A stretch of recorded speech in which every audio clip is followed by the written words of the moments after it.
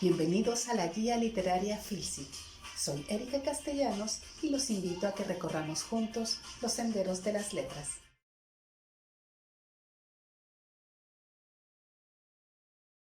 Una pequeña niña, una abuelita enferma, un lobo, un camino, un encuentro. ¿Quién no ha leído o ha escuchado algo sobre esto? Hay historias que nos resultan muy conocidas o que creemos conocer. La Caperucita Roja es una de ellas. Llega a nosotros a través de Charles Perrault, quien en el siglo XVII y bajo el nombre de su hijo, publica sus cuentos de Mama Oca, historias o cuentos del pasado con moralejas. Obra que recopila y fija por escrito versiones folclóricas de historias que eran transmitidas por tradición oral, fundamento, como sabemos, de los orígenes de la literatura. La historia de la niña con su caperuza roja ha tenido diversas adaptaciones y traducciones a lo largo del tiempo, en las que se conservan ciertos aspectos, otros se modifican, se añaden escenas y hay significativas omisiones desde la versión de Charles Perrault, la cual, por cierto, para algunos estudiosos también presenta en sí misma omisiones y cambios desde las versiones de la tradición oral que la precedió.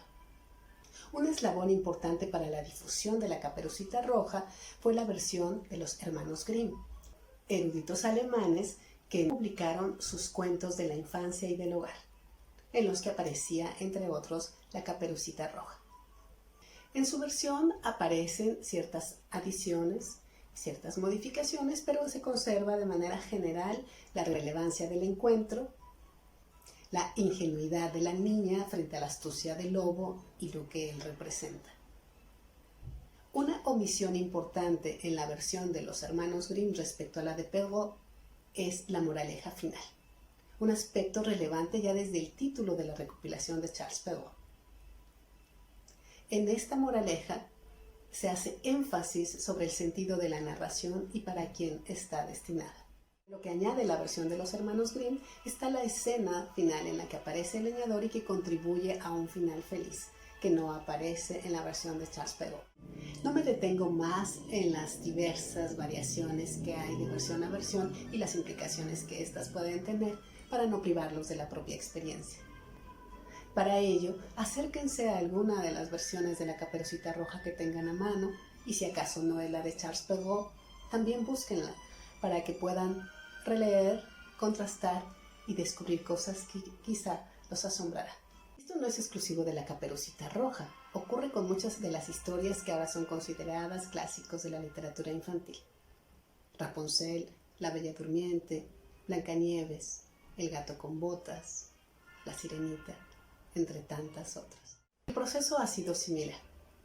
Se añaden detalles, se omiten situaciones que se consideran demasiado explícitas o inadecuadas para el público infantil, aunque aquí hay que aclarar que varias de esas historias en su origen no estaban destinadas exclusivamente a los niños, sino que eran narraciones de carácter popular. Y si hablamos de variantes y adaptaciones de los cuentos infantiles, no podemos dejar fuera la influencia de las adaptaciones cinematográficas. Se privilegia por lo general el final feliz, que no siempre está en las historias originales, y que paradójicamente se convierten en punto de partida de las coloridas y abreviadas versiones que podemos encontrar casi en cualquier lugar. Pero retomemos la historia de la pequeña niña y su característica caperuza roja. Hay una versión muy poco conocida de un poema de Gabriela Mistral llamado precisamente Caperucita Roja y que es publicado en su segundo poemario, Ternura, el libro más querido para Gabriela Mistral según su propio dicho. Esta versión de la Caperucita Roja mistraliana se encuentra también en la edición conmemorativa que le dedicó la Real Academia Española en 2010. Integra la esencia del texto francés, pero enriquecida con la fuerza poética y la carga emotiva, con la sensibilidad y la profundidad propias de Gabriela Mistral, quien verso a verso enfatiza lo desigual del encuentro y lo que pudo evitarse, pero finalmente sucede. En este recorrido no quiero dejar fuera las versiones ilustradas de la Caperucita Roja, pasando desde la obra maestra del ilustrador Gustave Doré, que además es muy elocuente, y todas aquellas que de una u otra manera, además de acompañar, han delimitado nuestra comprensión de la historia y el texto. Comparto aquí una de ellas, editada en 2011 por Ediciones Jaguar, y que toma como base el texto de Charles Perrault, pero que además en la segunda parte nos presenta una interesante visión de lo que sucedió en el vientre del lobo, escrita por Audrey Olwett y con dibujos de François Amovetti. Los invito a descubrir qué es lo que nos presenta como versión alternativa y complementaria del clásico de la Caperucita Roja, esta edición. Además de sus bellas ilustraciones, este libro se caracteriza porque integra el texto de la traducción al español y japonés. Ya casi para terminar esta revisión de la Caperucita Roja, tenemos la versión de Pepe Pelayo, quien con su característico humor nos presenta La Caperucita. Texto que apareció en su libro Pepito y sus libruras del 2012 y que yo conocí a través de la iniciativa de Fomento Lector Un Cuento al Día, del Ministerio de Educación y del Consejo Nacional de la Cultura y las Artes de Chile. En esta versión, en la que abunda la ironía y el estilo propio del autor, encontramos a una Caperucita con una muy fuerte personalidad y a un lobo que se disfraza de múltiples maneras, entre ellas de un inspector de la Superintendencia de Bosques y Zanjas. Y cerramos con Caperucita Roja tal como se la contaron a Jorge, de Luis María Pesetti.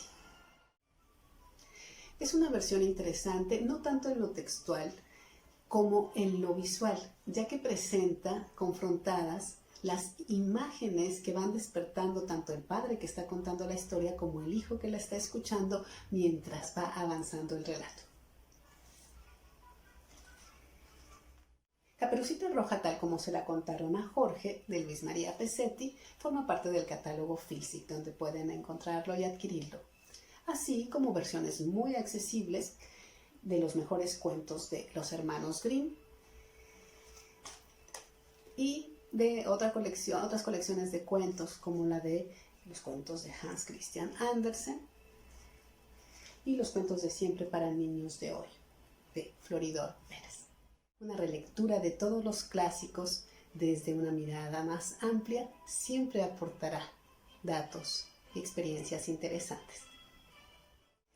Este es un buen momento para volver a leer a detalle aquellas historias que aún tienen mucho que decirnos. Y también, ¿por qué no?, de retomar la tradición de contar y cantar cuentos. Porque a todos nos gusta contar historias y recordar las historias de nuestra infancia. Porque como bien dice Juan Villoro, escritor mexicano, que entre su vasta obra tiene diversos títulos para niños, cuando se le lee un cuento a un niño, siempre quiere más, porque hay allí un lazo afectivo y de atención que para todos es necesario. Hasta la próxima guía literaria Filsic, donde las letras seguirán siendo nuestro punto de encuentro. Hasta entonces.